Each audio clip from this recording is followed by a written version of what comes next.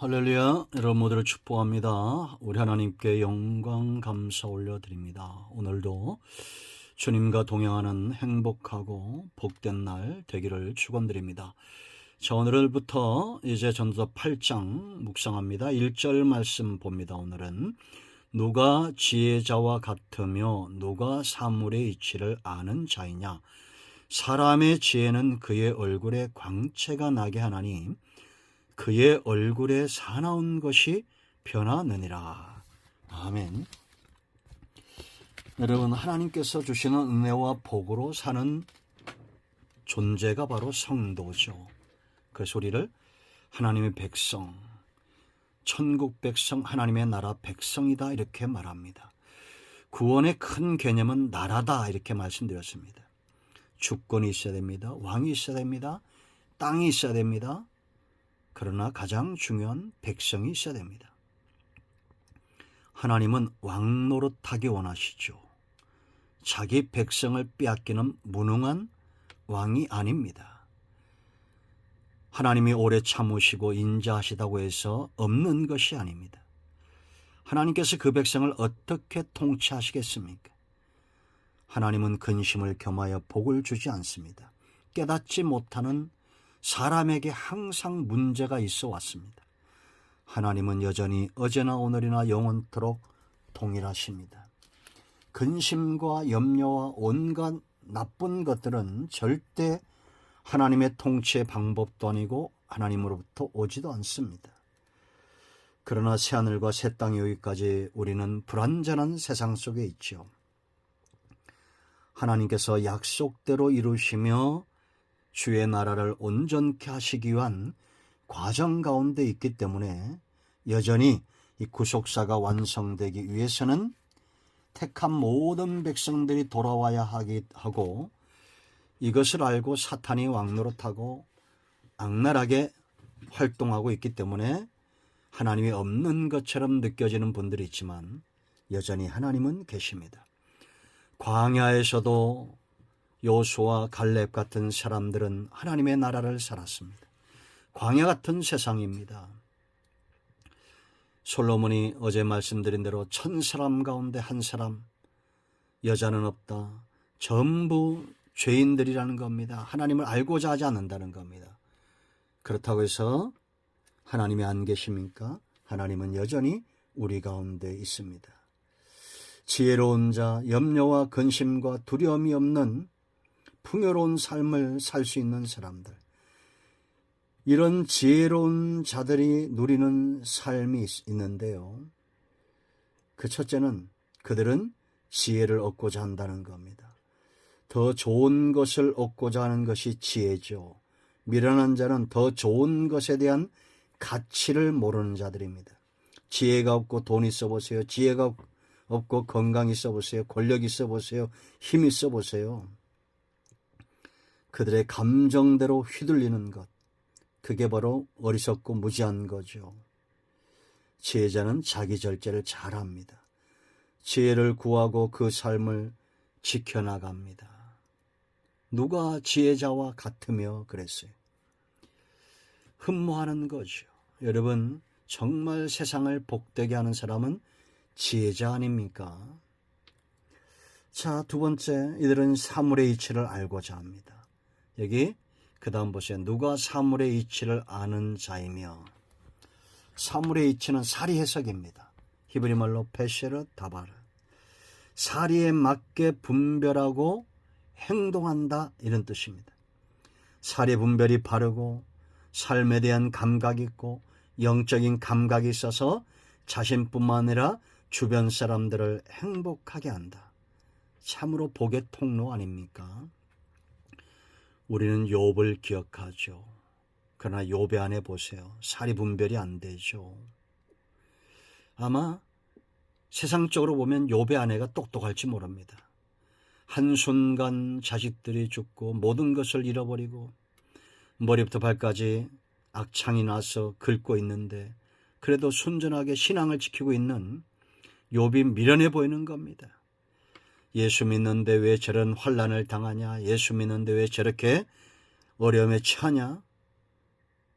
그런 분들이 있잖아요. 세상적으로 보면 똑똑할 수 있습니다. 아직도 순전함을 지키느냐 여호와를 욕하고 죽어라 라고 욥에게서 벗어납니다. 욥에게서 벗어난 겁니까? 하나님의 신앙에서 벗어난 거죠.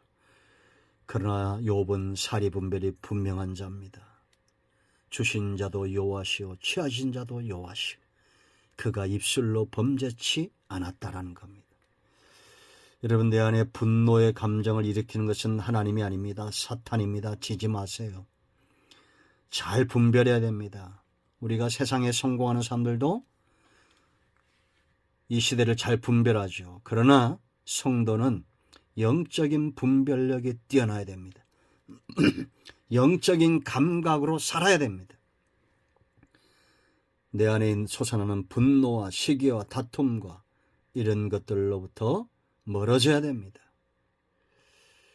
이런 사람들은 세월이 갈수록 믿음이 견고해집니다. 보이기 때문이죠. 들리기 때문입니다. 보지 못하고 듣지 못하고 어떻게 믿음에 서겠습니까? 사람들은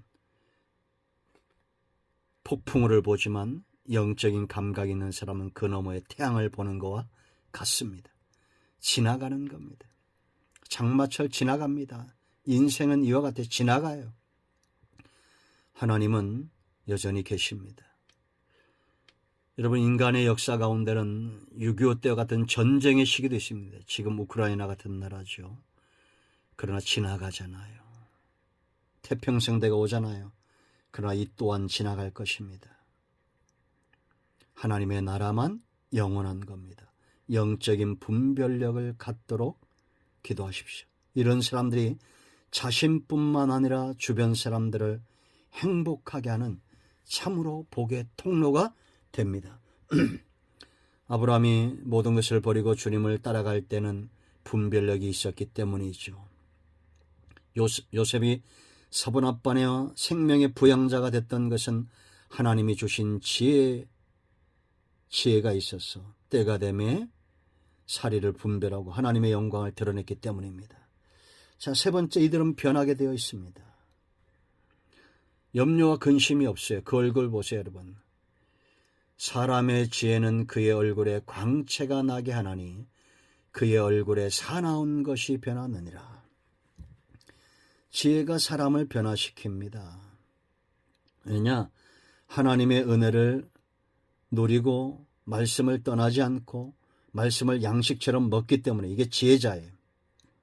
하나님 가까이 있기 때문에 세월이 갈수록 변화되는 겁니다. 이게 쌓아나오는 오즈, 강한 힘인데 여기선 거칠고 무례하고 모렴치한 성격을 말합니다.